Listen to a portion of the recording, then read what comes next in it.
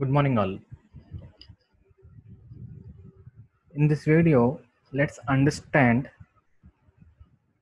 what are anonymous functions, and also let us study the syntax to create anonymous functions. An anonymous function is a function without any name. As the function says that anonymous function, there is no name. While normal functions are defined using the keyword def, anonymous functions are defined using the keyword lambda. So these functions are also known as lambda functions.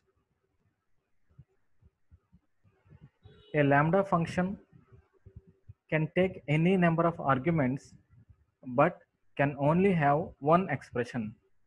This particular expression will be evaluated and it will be returned. So the expression is evaluated and returned. The keyword lambda is used to define anonymous functions or lambda functions. Syntax for creating lambda functions is lambda arguments. We can have any number of arguments followed by colon and expression. Example, lambda a power n. This is stored in a variable or identifier power. Lambda functions return a function object.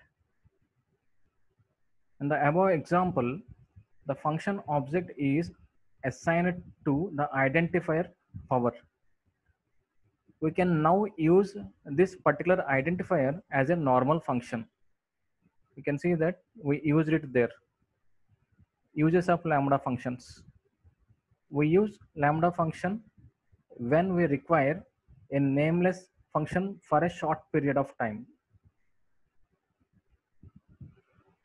Lambda functions are generally used as arguments to higher order functions. Thank you for watching the video.